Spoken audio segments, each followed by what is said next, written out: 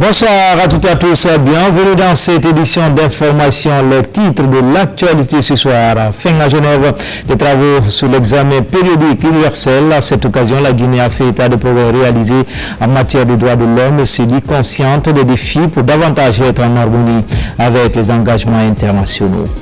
Et puis nous irons à Farano se tenir récemment la deuxième réunion technique régionale de la santé. Les acteurs impliqués dans l'amélioration des soins de santé et autres intervenants dans le secteur se concertent pour de meilleures stratégies.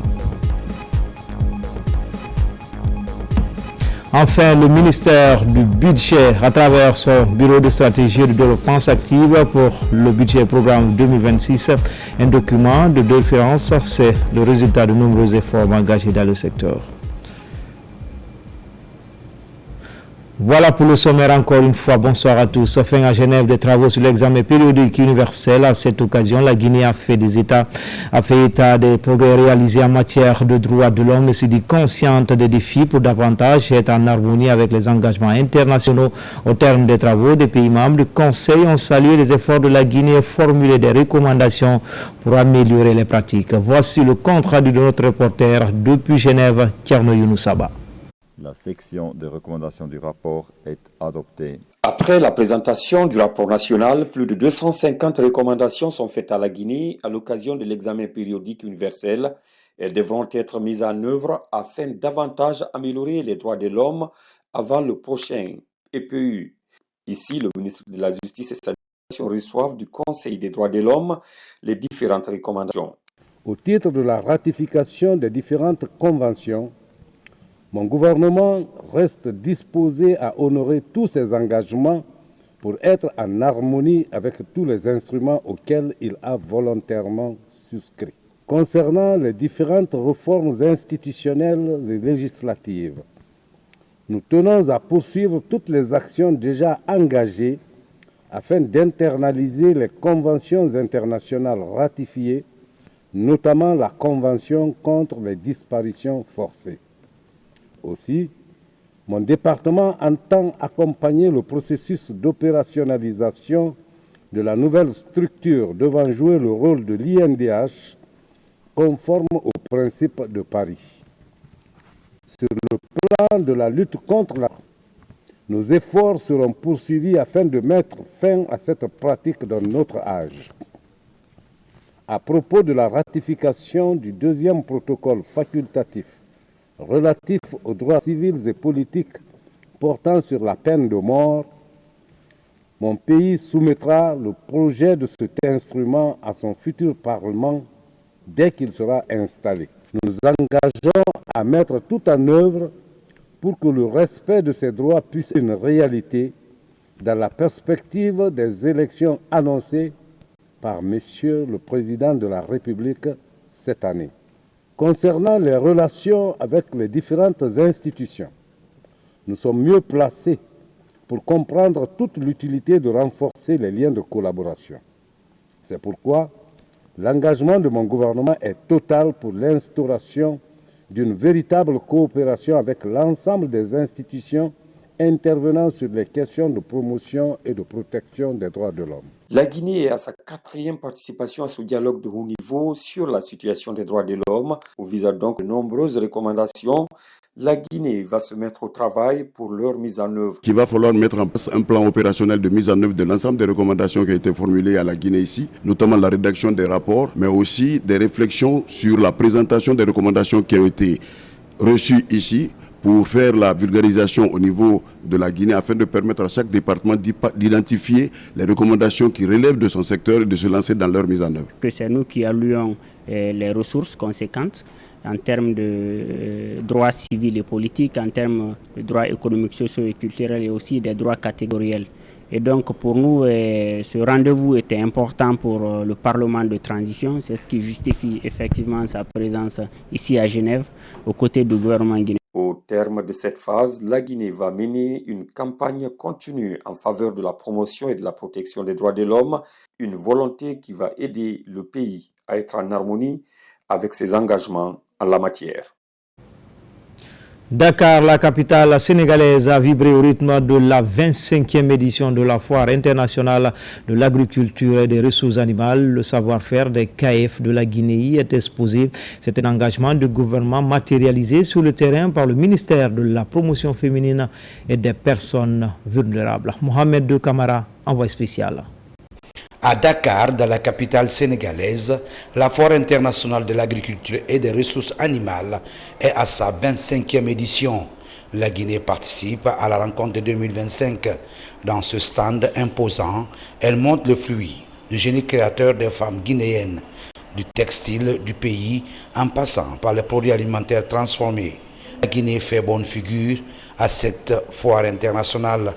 Nous sommes fiers ici de voir que se concrétise cette vision du président de la République qui est de permettre à toutes les femmes de Guinée d'être des femmes autonomes, d'être des femmes vraiment entrepreneurs, chacune dans leur domaine. Vous savez, en fait, les KEF, la Direction générale des KEF a pour mission principale la mise en œuvre de la politique d'autonomisation des femmes et des filles de Guinée. Ces produits issus de l'artisanat guinéen sont l'œuvre des femmes et filles formées dans les KF du pays et accompagnées par le FAEF. C'est l'opportunité pour elles de montrer leur savoir-faire et que les clients puissent avoir des clients au Sénégal. On a pu, dans nos discussions, rencontrer la directrice générale de l'ADER et également la directrice générale du Fonds national de microfinance. Donc ça, ce sont des partenariats que nous allons laisser évoluer. Pour renforcer cette dynamique, des contacts sont menés au plus haut niveau ici à Dakar, histoire de mener à bien la mission de faire de l'autonomisation économique une réalité dans le pays. Je suis très heureuse de recevoir mes collègues de la Guinée-Conakry. Je pense qu'elles sont en train d'abattre un travail colossal en direction des femmes qui sont des cibles vulnérables et qui ont besoin d'être accompagnées pour leur autonomisation. La démarche de la Guinée, à travers sa présence à la Fiera de Dakar, concourt à mieux présenter les produits locaux dans les espaces dédiés au monde entier. Renforcement de capacité des agents chargés de réaliser l'enquête conjoncturelle de l'élevage venue des préfectures de l'arrière-pays seront affûtés à Kindia et Kankan pour une collecte de données fiables, des données susceptibles de baliser les projets de valorisation du potentiel pastoral du pays. Fodé Camara. Au niveau du monde rural, l'élevage est la deuxième activité la plus pratiquée. Un secteur vital à conforter par l'amélioration de l'accès aux infrastructures, la maîtrise des maladies et l'ouverture des marchés. Pour améliorer la coordination, la planification et autres indicateurs de performance, les travaux de l'enquête conjoncturelle de l'élevage sont lancés à Kindia. L'enjeu est de dresser une cartographie devant servir d'outil d'aide à la décision. Une grande partie de notre population rurale vit de cet élevage. Donc cet élevage participe, tout comme l'agriculture, au développement de notre pays, participe à nourrir nos populations. Et c'est donc un maillon de notre économie qu'il ne faudrait pas laisser pour compte, parce que ce maillon, il est important. Et puisqu'il est important, nous devons prendre l'ensemble des dispositions nécessaires pour obtenir les données qui vont nous permettre de développer, on va dire, une feuille de route qui permettra de développer toute la chaîne de valeur de ce sous-secteur de l'élevage. Par des simulations et restitutions périodiques, les capacités des agents enquêteurs seront renforcées durant 72 heures à Kindia et à Kankan. Les résultats permettront aux décideurs de haut niveau de voir réellement quels sont ceux que nous avons dans la chaîne de valeur au niveau de l'élevage, c'est-à-dire de l'abattoir juste dans la boucherie, en passant par le transport, la transformation et l'industrialisation. Jusqu'à ce niveau, qu'est-ce qui manque? En matière d'atouts, au niveau du sous-secteur élevage, la Guinée est logée à la bonne enseigne, avec de vastes pâturages et d'immenses ressources en eau. Malgré ce potentiel, ce secteur encore de type traditionnel a besoin de statistiques fiables pour profiter des innovations et autres actions de modernisation. L'enquête conjoncturelle que la NASA veut réaliser sur le terrain, tout en passant par la formation des enquêteurs, permettra à NASA d'obtenir des données fiables. Parce qu'aujourd'hui, 50% des enquêteurs relèvent des services de l'élevage, notamment les zootechniciens, les médecins vétérinaires, qui maîtrisent toute la chaîne de valeur. Cette enquête conjoncturelle va permettre d'identifier les tendances du marché. Cette collecte de données sur l'élevage va aussi refléter l'état des lieux, des aires d'abattage et des méthodes de transformation. Dans l'ouest de l'actualité en province, le séjour du ministre des Mines et de la Géologie dans les sous-préfectures de Dogomé et Arfa Moussaya, préfecture de Dabola, s'est imposé comme un moment fort d'engagement communautaire. Il a permis de poser les bases d'une mobilisation citoyenne autour d'un enjeu souvent négligé, l'état civil. Avec les autorités locales, leaders religieux, Bounassila a sensibilisé les populations sur le recensement biométrique à vocation d'état civil. Saint-Martin Fassinadounou.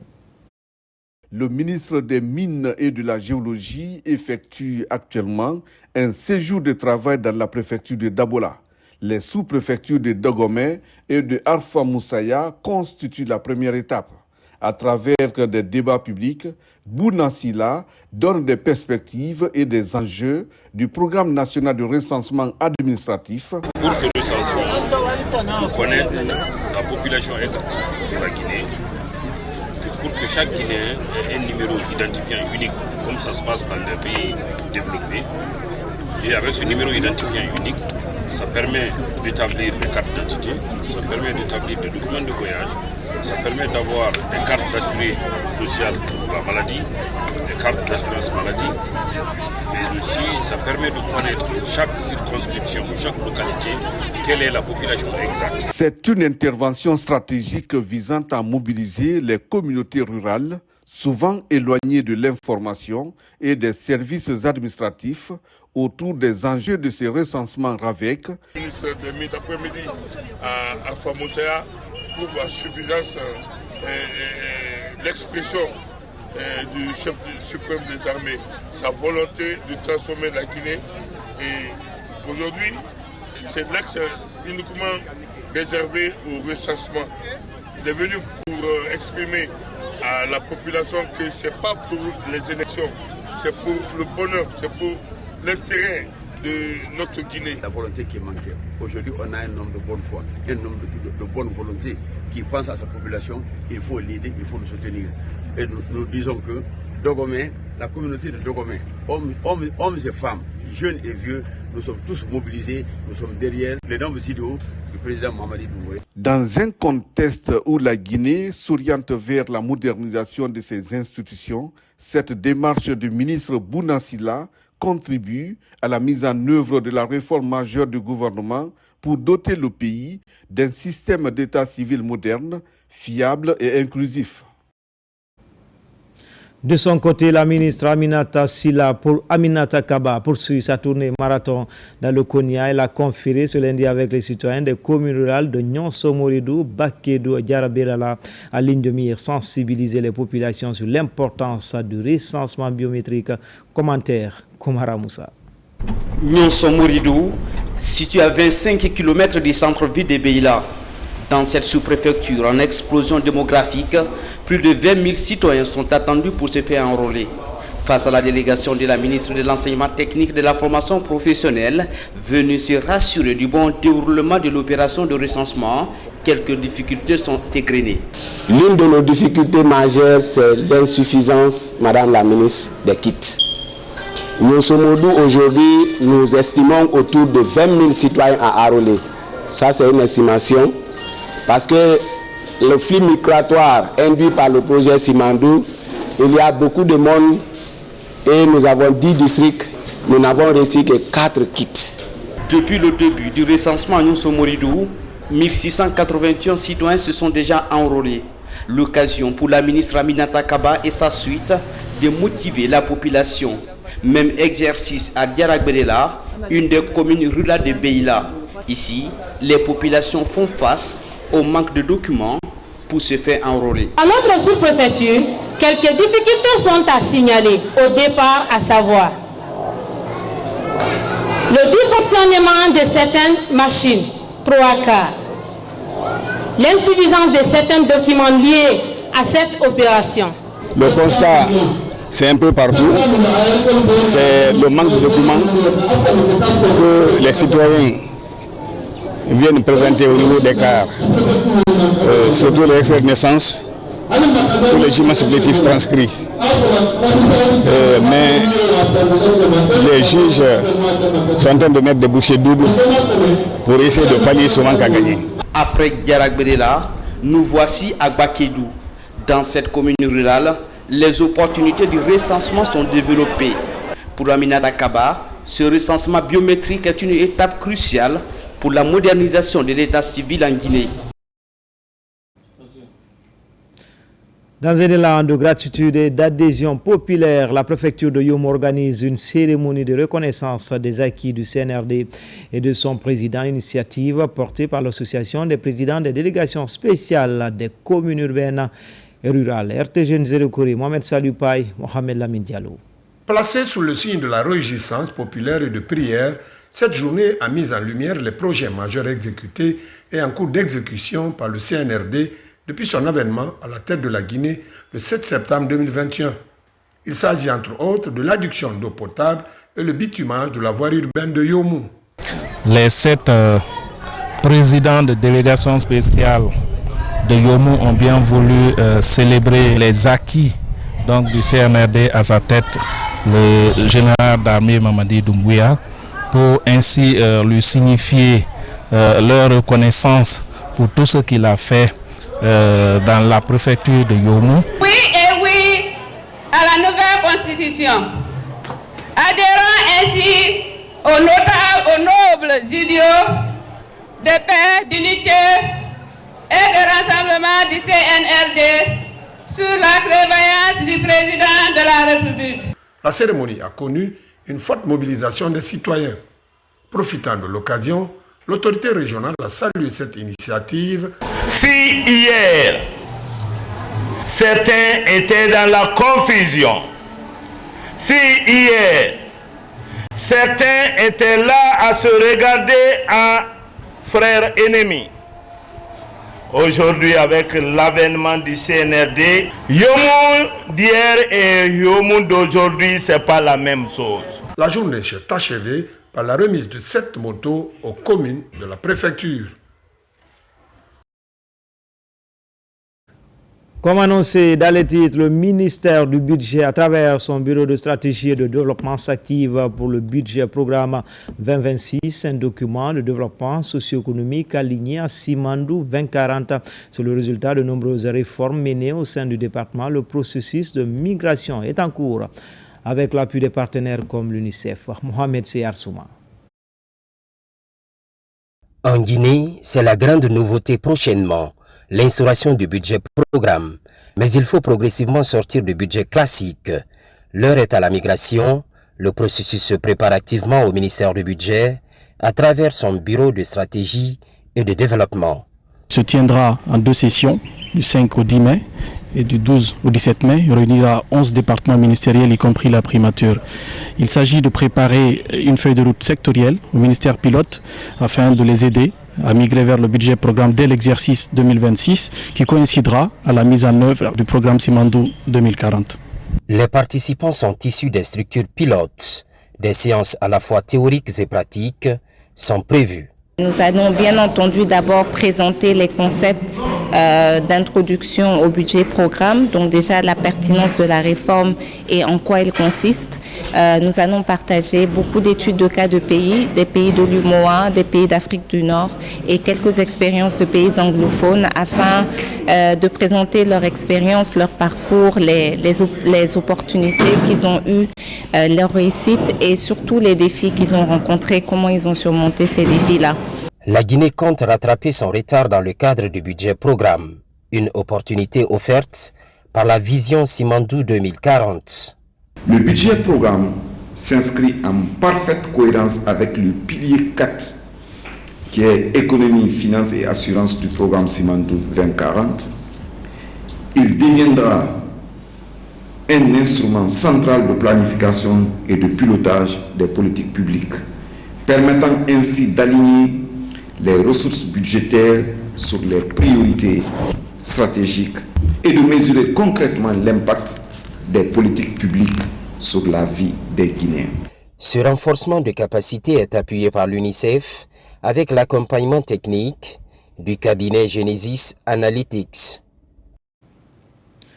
En déplacement avec cette mission d'évaluation dans les zones aurifères du nord et férifères du sud de la Guinée, il était question de mener une étude approfondie sur les capacités des petites et moyennes entreprises et les opportunités de sous-traitance à Conakry. La restitution de la mission est faite en présence de tous les acteurs en charge de la promotion du contenu local.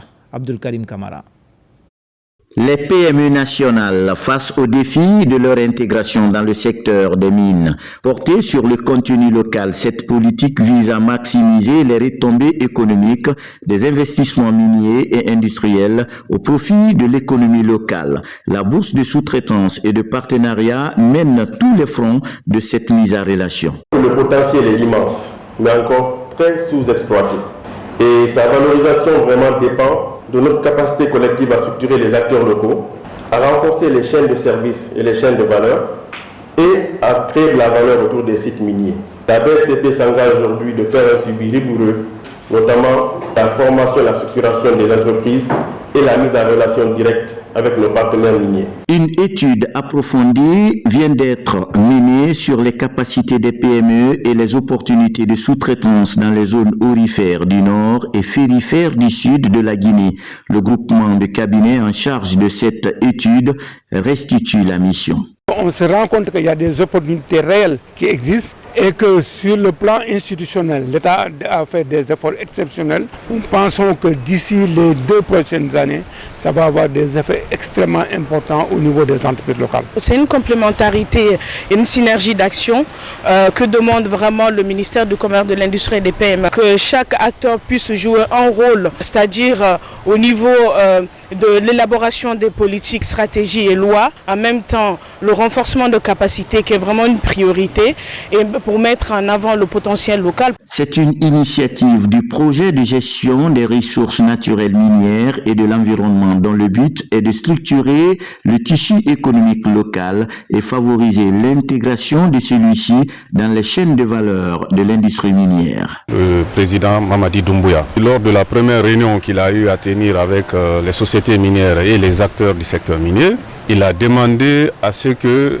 les acteurs veillent sur une plus grande participation des Guinéens dans l'exploitation minière. Donc c'est une opportunité à saluer et à accompagner. Cette étude sur les opportunités de promotion du contenu local dans les zones minières va permettre à la bourse de sous-traitance de disposer d'un certain nombre de moyens pour mieux renforcer les capacités des entreprises locales. À Bouramaya, terre natale de feu général Lansana Conté, la ferveur populaire s'exprime avec force. Entre prières, hommages et mobilisation, les fils du terroir réaffirment leur soutien au président général Mamadi Doumbouya. Dallo Basila, Alseni Disto Kamara pour en savoir davantage.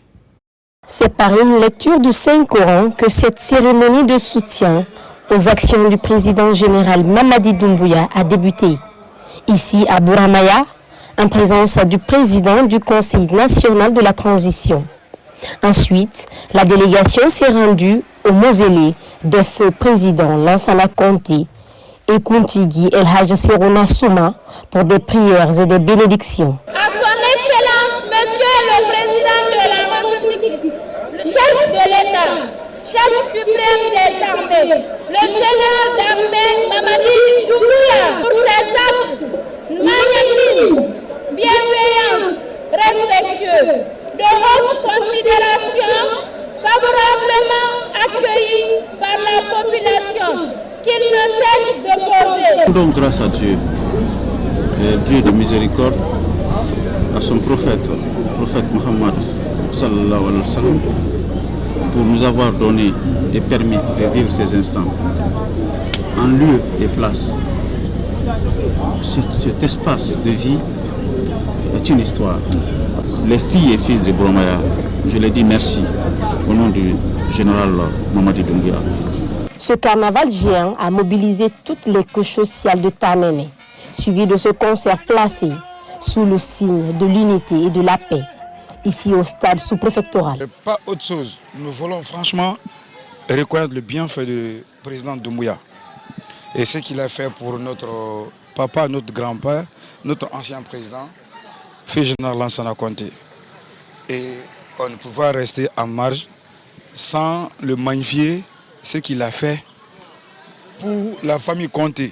Cette manifestation de soutien des fils et filles de Bouramaya s'inscrit dans une dynamique de reconnaissance des actions de développement du président général Mamadi Doumbouya, mais aussi de l'attachement du président du CNRD aux idéaux du feu général Lansana Conté. Dans la région de l'Abbé, plus précisément à l'Elouma, les populations de la commune rurale de Sagalé également soutiennent les acquis du CNRD dans cette cité sainte. Les citoyens se mobilisent autour du Coran pour des prières pour la réussite de la refondation et la poursuite des actions déjà entreprises par le général Mamadi Doumbouya. Les images de Sarafoudine Diallo sont commentées par Marwan Kamara. Sagalé, commune rurale de la préfecture de l'Elouma, bénéficie depuis le 5 septembre 2021 des retombées de la gouvernance du CNRD et du gouvernement guinéen. Cette localité à forte valeur spirituelle voit sortir des terres plusieurs infrastructures saluées par la population. Vous pouvez témoigner à l'aide des images la construction de ce centre de santé amélioré qui fait la fierté de tout un chacun de Sagalé et de tout un chacun de l'Elouma. C'est une fierté pour nous. En voyant la route, nous avons compris que le CNRD fait face à nous et nous aussi nous faisons face au CNRD sous le guide de notre général président Mamadi Doumbouya. Parmi les projets majeurs, le reprofilage de la route l'Elouma-Télimélé qui traverse notamment Sagalé améliore considérablement la circulation des personnes et des biens. Nous avons vu passer plusieurs régimes dans ce pays, mais avec le CNRD, ce que nous avons bénéficié en matière de développement ici à Sagalé, c'est du jamais vu. On soutient et on soutiendra le CNRD et son président. Les images démontrent aujourd'hui, à 15 minutes, tu peux faire les 25 kilos qui séparent Sagalé et l'Elouma. Auparavant, c'était toute une journée, avec le risque d'accident. En reconnaissance des acquis du CNRD, une lecture du Saint-Coran a été organisée à Bouli. Ce moment de recueillement a permis de formuler des prières pour la paix et le vivre ensemble. C'est l'événement le plus attendu des hommes de médias et des acteurs sportifs du pays. Le Nimba d'Oro. Direction Sigirou, les initiatives de soutien des actions de développement amorcées par le chef de l'État se multiplient. Un engagement citoyen de la cité, des citoyens de la cité aurifère visant à accompagner la dynamique d'amélioration des services sociaux de base. Diamokaba. Le village de Tigui-Wouling, dans Sigiri, en ébullition pour soutenir le président de la République. Résidents et ressortissants participent à cette marche de soutien aux idéaux du CNRD pour faire part de leur motivation. L'élan séduisant du développement socio-économique du pays est l'une des quintessences de cette couche à pied pour apprécier le vent de renouveau aujourd'hui qui touche tous les domaines. Le mouvement a jugé nécessaire de se déplacer de Conakry jusqu'à Sigiri, précisément dans le district de Tigui-Wouling, pour venir assister à ces deux grands programmes d'organisation que nous effectuons dans la ville de Sigiri, dans le cadre du soutien des actions acquises. Ici, c'est Tigui-Wouling. C'est un village très religieux, très islamique, que j'ai décidé de l'accompagner ici, formuler des lectures de Saint-Coran, l'accompagner pour que Dieu lui protège dans son pouvoir et ce qu'il a commencé pour le pays. À la tête de la mobilisation, le mouvement donnant la force au général Mamadi Doumbouya pour perpétuer ses idéaux dans le registre du développement et de l'unité nationale. Des engagements pour la cause du chef de l'État sont réactivés pour magnifier sa vision politique profitable à toutes les couches sociales du pays. Ce mouvement a pour objectif montrer au président que tous les citoyens de Djouma sont pour lui. Il est en train de travailler pour le bonheur de toute la Guinée. Dieu ne nous demande que la bénédiction. C'est ce qui nous aide dans nos difficultés. Chaque lecture coranique nous apporte le bonheur. Nous l'avons fait pour la Guinée et le président de la République. Aux couleurs d'une journée de reconnaissance, la lecture du Saint-Coran est au rendez-vous pour implorer le Tout-Puissant Allah afin qu'il accorde plus de force au président de la République, général Mamadi Doumbouya. Dans l'actualité également, à Farana s'est tenue récemment la deuxième réunion technique régionale de la santé. Les acteurs impliqués dans l'amélioration des soins de santé ou autres intervenants dans le secteur se concertent pour de meilleures stratégies venues des différentes préfectures de la région. Des recommandations ont été formulées pour renforcer les pratiques dans le Sankara. Moussa Bangoura, Silati Kourouma. La refondation sanitaire en marche dans le Sankara. Ici à Farana, la deuxième session du comité technique régional de la santé est organisée. Responsables de districts et structures sanitaires, partenaires techniques et autorités locales prennent part à la rencontre. Dans cet exercice, nous allons voir qu'est-ce qui a marché, identifier tous les défis qui ont fait qu'on n'a pas pu atteindre les objectifs et proposer des solutions, surtout locales, qui vont nous permettre d'atteindre les objectifs pour ce semestre qui est en cours. À l'image des autres régions du pays, ce cadre d'échange a permis aux participants de passer en revue tous les problèmes recensés. Mes attentes se focalisent au niveau de la disponibilité des intrants. Dans le passé, on a remarqué qu'il y avait un taux de rupture très élevé qui a commencé à s'améliorer en fonction du suivi rapproché que les districts et nous, au niveau régional, faisons auprès des formations sanitaires. Et nous demandons à ces mêmes districts d'aller dans ce même élan pour améliorer davantage et minimiser le taux de rupture au niveau communautaire et au niveau des formations sanitaires. Voir les activités menées et puis essayer de planifier les choses qui n'ont pas marché et activer d'autres mesures de correction afin d'apporter à la population la santé qu'elle mérite et les besoins nécessaires pour sa survie. Dans le combat contre les épidémies en ce début de la saison de grande pluie, la relance de la plateforme Une seule santé est souhaitée par tous pour encourager les agents à être actifs sur le terrain. Des engins roulants ont été remis. C'est un accompagnement de la Direction nationale de la santé communautaire et du catholique Relief Service.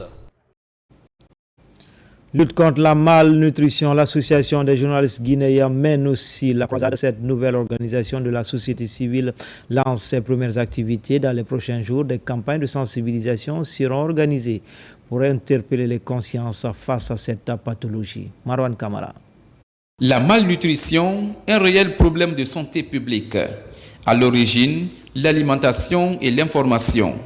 Pour être efficace, la réduction du phénomène nécessite une approche multisectorielle et des interventions ciblées. L'Association des journalistes guinéens pour la nutrition compte jouer sa partition.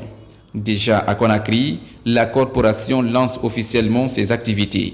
En tant que journalistes, nous avons un rôle à jouer dans la lutte contre ces fléaux. Notre mission ne se limite pas à rapporter des faits. Nous sommes aussi des éducateurs, des lanceurs d'alerte et porteurs de changement social. L'une de nos premières responsabilités est d'informer le public sur l'existence évidente de la malnutrition dans notre pays. Nos encouragements et nos félicitations. Parce que commencer une ONG, ce n'est pas facile. Mais vous êtes engagés avec un mot clé qui est la nutrition. Et ce n'est pas votre domaine. Regroupant des professionnels de médias, cette organisation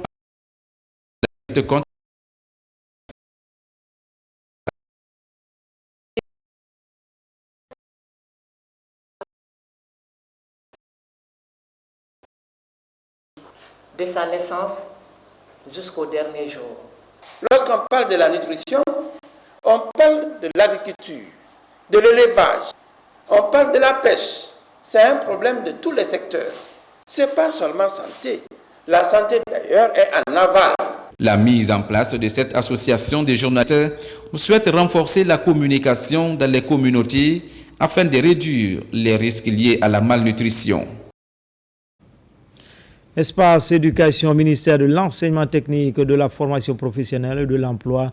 La génération de la filière préscolaire dans les écoles normales d'instituteurs se formalise après 10 ans d'expérimentation dans les ENI de Kankan, Kindia, Dubriquet. Les questions de lancer à l'échelle nationale déjà. La Direction nationale de l'éducation préscolaire et de la protection de l'enfance a initié la formation des formateurs, des enseignants de l'ENI dans les régions de Nzérékoré, Mamou, Kindia. Les explications avec Mamadi Terna Kamisoko. Alors que le nombre d'écoles incluant la maternelle s'accroît dans le pays, à l'opposé, un déficit d'enseignants du préscolaire se fait ressentir partout sur le territoire national. La question interpelle les autorités guinéennes qui comptent mettre au cœur de leur dispositif la formation de base des apprenants. D'où la décision de la généralisation de la filière préscolaire dans les écoles normales d'instituteurs du pays. Aujourd'hui, le constat est qu'il y a une forte demande des communautés par rapport aux formateurs et éducateurs au niveau de cette filière. Il y a une floraison des écoles privées, des écoles maternelles. On n'a pas de gens formés pour aller les former. L'expérimentation s'est passée pendant plus de 10 ans.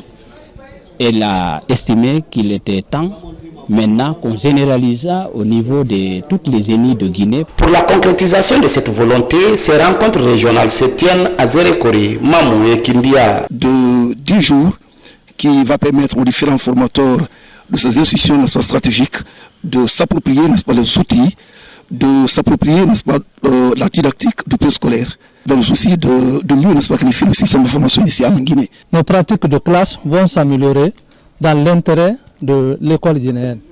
Et nous sommes des formateurs. Il est important que nous soyons outillés en matière de préscolaire. Avec la nouvelle vision de la ministre de l'enseignement technique, l'extension à tout le pays se matérialise. L'éducation préscolaire constitue le soubassement du système éducatif. Et pour aller à cette généralisation, il faut regrouper les enseignants, formateurs, pour les former à l'éducation préscolaire. Cette session de formation des formateurs dans les régions de Zérékoré, Mamou et Kindia va durer 10 jours. Campagne d'assainissement à Tombolia Cité. Les jeunes sont plus que jamais déterminés à curer les caniveaux et les ruelles du quartier avant le début des grandes pluies. L'opération bénéficie du soutien du mouvement Dixine-Fé Doumbouya-Fé. Les détails avec Sekou Soma. Ces dernières nuits, la capitale Conakry a enregistré ses premières pluies provoquant d'importants dégâts dans plusieurs quartiers. À Tombolia Cité, les jeunes ont décidé d'agir en amont pour éviter un tel désastre dans leur environnement. Cet assainissement qu'on vient de faire, il nous accompagne. Depuis le matin, on est là, il nous accompagne. Donc sur ce, il est venu et vous voyez le quartier presque, comme c'est un processus, on a commencé aujourd'hui. On va continuer demain, après-demain. Ils sont soutenus dans cette initiative par le mouvement Dixine-Fé Doumbouya-Fé. Cet acte citoyen vise à offrir un cadre de vie sain et agréable aux habitants de Tombolia Cité. On essaie du mieux d'aider la population à la base, d'être proche de la population. Les efforts que les jeunes ici sont en train de faire, c'est pour eux-mêmes, c'est pour toute la communauté ici. Donc moi je me joins à eux pour faire l'assainissement et puis surtout comme c'est les grandes pluies qui arrivent, je pense la dernière pluie qui est arrivée, vous avez vu tout à l'heure ce qu'on vous a montré, les dégâts que ça a failli faire. Donc on essaie d'anticiper en fait l'assainissement pour ne pas qu'il y ait débordement ou d'invasion d'eau dans certaines concessions. Cette campagne d'assainissement coïncide avec la célébration de la fête internationale du travail. Pendant 4 jours, les jeunes de la cité et les membres du mouvement Dixine-Fé Doumbouya-Fé uniront leurs efforts pour redonner une image reluisante à ce quartier de la banlieue de Conakry. Les populations de Kilifagné, sous-préfecture de Mafereya, préfecture de Forêt-Carrier, a pris pour la paix et la cohésion sociale, d'où l'organisation d'une cérémonie de lecture du Saint-Coran. Des prières ont été dites et des bénédictions faites pour la réussite de la refondation en Guinée. Cette rencontre religieuse est à sa première édition dans le district de Kilifanye, sous préfecture de Mafereya. Elle porte sur la lecture du Saint-Coran et des prières en la mémoire des dévanciers et pour la paix dans le pays. L'initiative est portée par les fils et filles ressortissants et résidents de Kilifanye. Nous avons jugé nécessaire de faire un fidaou pour que tout le monde puisse se retrouver, qui permettra à tous de se rassembler. L'annonce a été faite à la mosquée. Désormais, cette date fera tâche d'huile à Fagné. Les dates du 2, du 3 et du 4 mai de chaque année soient désormais une année de Fidaou à Fagné. En plus de sa portée religieuse, cette rencontre est aussi un moment de communion pour les fils et filles de Kilifanye après une longue date. Un instant d'émotion où chacun a exprimé sa satisfaction de se retrouver en famille.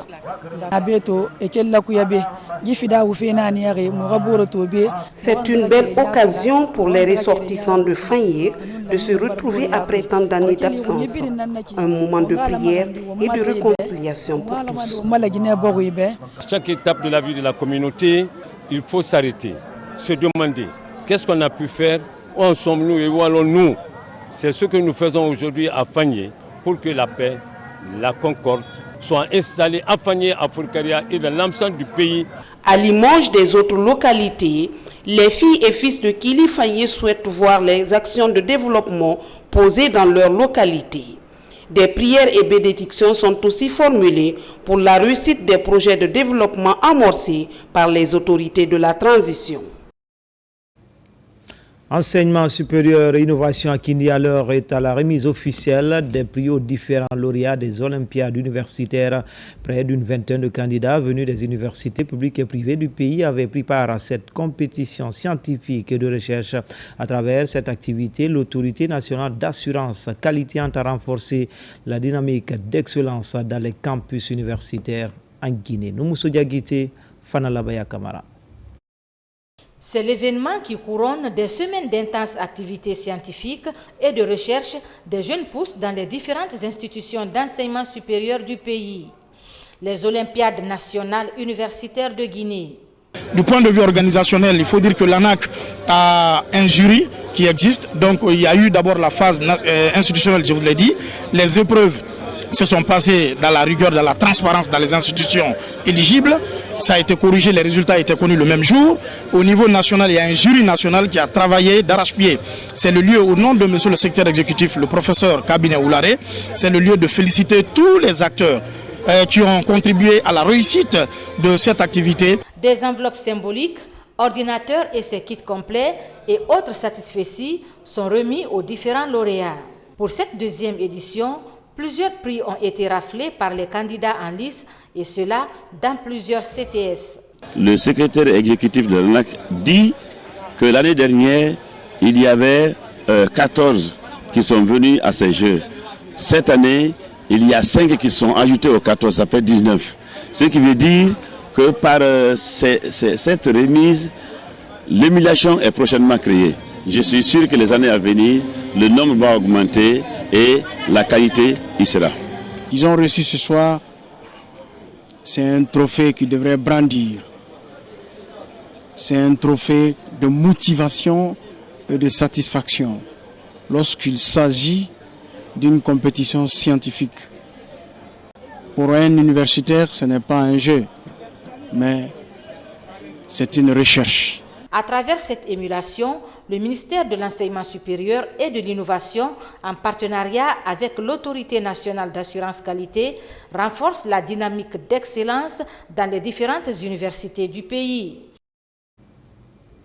Enfin, sport, Nimbador spécial transition est prévu le 23 mai prochain à Conakry. Un événement qui récompense le mérite sportif sera conjointement organisé par l'Association de la presse sportive en collaboration avec le ministère de la Jeunesse et des Sports. L'annonce a été faite par les organisateurs lors d'une conférence de presse. Des annonces des nouveautés sont annoncées cette année. Kabafoudé, plus de détails. Où le sacre des meilleurs sera célébré le 23 mai prochain à Conakry. Contrairement aux éditions précédentes, l'événement de cette année sera organisé par l'Association de la presse sportive de Guinée et le ministère des Sports. Il va récompenser les meilleurs athlètes des 3 dernières années issus de la transition, d'où son appellation Nimba d'Or Spécial Transition. Cette fois-ci, sur initiative, sur proposition du département des sports, à laquelle nous avons pleinement adhéré, nous allons récompenser les meilleurs athlètes de la période de la transition.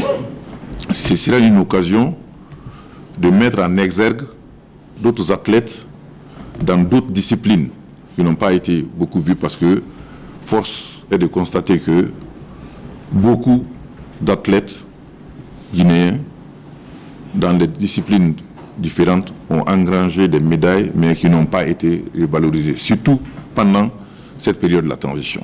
Récompenser les meilleurs sportifs est un engagement pour le ministère des Sports qui a pour mission de mettre en valeur les athlètes et acteurs ayant valablement représenté le pays dans des compétitions internationales. Si nous voulons avoir des résultats au niveau de toutes les disciplines, il faut récompenser les athlètes qui méritent. Nous avons à notre actif plus de 95 médailles depuis notre arrivée à la Direction nationale des sports. Et toutes ces médailles sont en train de dormir dans les caisses des athlètes. C'est pas bon. Ça, nous n'allons pas accepter que ces médailles-là ne soient pas présentées publiquement devant la population guinéenne. Quand on a fait des efforts et que les efforts ont payé, c'est important que l'on se dise que oui, tel a fait tel effort pour avoir tel résultat. Cette reconnaissance-là, il en faut. Le Nimba d'Or Spécial Transition se veut un cadre de la célébration de l'excellence et du mérite sportif, histoire d'encourager ceux et celles qui, par leur talent, ont pu hisser haut à travers le monde le tricolore national. C'était tout pour ce soir. Tout le plaisir a été pour moi de vous servir. L'actualité se poursuit sur le www.rtgguinée.info. À bientôt pour d'autres actualités sur la Guinée, notre paradis terre de richesse et d'innovation. Inch'Allah.